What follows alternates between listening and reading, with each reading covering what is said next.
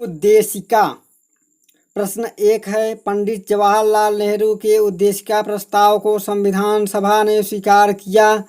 तो ये स्वीकार किया भी यानी 22 जनवरी 1947 को 22 जनवरी 1947 को संविधान सभा द्वारा भारत को एक संविधान देने के उद्देश्य प्रस्ताव पारित किया गया। उद्देश्य प्रस्ताव को 13 दिसंबर 1946 को संविधान सभा में जवाहरलाल नेहरू द्वारा पेश किया गया था। आगे चलकर यही उद्देश्य प्रस्तावना का प्रारूप बन गया। प्रश्न नंबर 2 है, भारतीय संविधान सभा में उद्देश्य प्रस्ताव यानी ऑब्जेक्टिव रिजोल्यूशन किसके द्वारा प्रस्तुत किया गया? तो उत्तर है डी यानी जवाहरलाल नेहरू द्वारा। प्रश्न नंबर 3, निम्नलिखित में से कौन सा शब्द संविधान की प्रस्तावना में नहीं है? तो उत्तर है डी यानी संघीय न्याय व्यक्ति की गरिमा बंधुता है।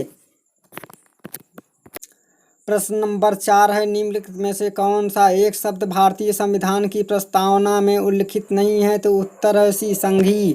प्रश्न नंबर 5 है, भारत के संविधान की उद्देशिका में निम्नलिखित में से किसका उल्लेख नहीं है? तो उत्तर है ए राजनैतिक समानता। भारत के संविधान के उद्देशिका में राजनैतिक समानता का उल्लेख नहीं है, बल्कि राजनैतिक न्याय तथा प्रतिष्ठा के और अवसर की समता का उल्लेख है। व्यक्ति की गरिमा और राष्ट्र की अखंडता का उल्लेख भी उद्देशिका में है। प्रश्न नंबर 6 है, भारतीय संविधान का कौन सा भाग संविधान की आत्मा कहलाता है? उत्तर है सी यानी संविधान की उद्देशिका। डॉक्टर BR अम्बेडकर ने अनुच्छेद 32 अर्थात संवैधानिक उपचारों के अधिकार को संविधान की आत्मा कहा।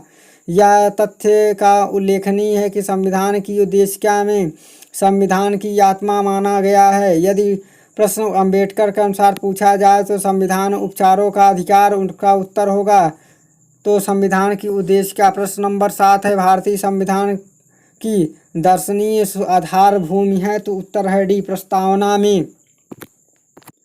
भारतीय संविधान की दार्शनिक आधार भूमि प्रस्तावना में यही कारण है कि बेरुवारीवाद में सर्वोच्च न्यायालय ने कहा कि प्रस्तावना संविधान निर्माताओं के आशय को समझने में सहायक है और यह संविधान निर्माताओं के विचारों को जानने की कुंजी है। प्रश्न नंबर 8 है, भारतीय संविधान की प्रस्तावना कितनी बार संशोधित किया गया? तो उत्तर है बी 1 बार। भारतीय संविधान प्रस्तावना को अब तक केवल 1 बार संशोधित किया गया यानी 42वें संविधान संशोधन अधिनियम द्वारा। प्रस्तावना में 3 शब्द समाजवादी, पंथ निरपेक्ष यानी धर्म निरपेक्ष, अखंडता जोड़ा गया। प्रश्न नंबर 9 है, भारतीय संविधान के उद्देशिका प्रियम्बल में समाजवादी व पंथ निरपेक्ष सोशलिज्म और सेक्युलर किस वर्ष संशोधित किया गया? तो उत्तर है 1976 में। 42वें संविधान संशोधन 1976 में पारित संशोधन में सबसे बड़ा है। इसे लघु संविधान भी कहा जाता है। इस संविधान द्वारा उद्देशिका में पंथ निरपेक्ष, समाजवादी तथा अखंडता शब्द जोड़ा गया। साथ ही इस संशोधन द्वारा 10 मूल कर्तव्य भी नीति निर्देशक तत्व में जोड़े गए। प्रश्न नंबर 10 है, भारत के संविधान की प्रस्तावना में समाजवादी और पंथ निरपेक्ष शब्दों का समावेश किस वर्ष किया गया? तो उत्तर है बी यानी 1976 में। प्रश्न नंबर 11 है, भारत के संविधान की प्रस्तावना के संदर्भ में हम भारत के लोग की सही व्याख्या है? तो उत्तर है क्या हम भारत में निवास करते हैं? सही है। भारतीय संविधान की शक्ति का स्रोत भारत की जनता में सही है। प्रभुत्व शक्ति जनता में सही है। इस संविधान का निर्माण का अंग्रेजों ने नहीं किया।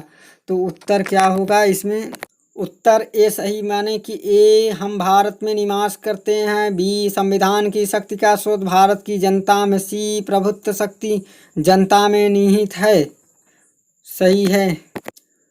संविधान की प्रस्तावना हम भारत के लोग की सही व्याख्या हम भारत के निवासी करते हैं। संविधान की शक्ति का स्रोत भारत की जनता है एवं प्रभुत्व शक्ति जनता में निहित है। प्रश्न नंबर 12 है, भारतीय संविधान की प्रस्तावना में निम्न में से कौन शब्द प्रमुख नहीं हुआ है? तो उत्तर है ए उदारवादी शब्द नहीं प्रयुक्त हुआ है।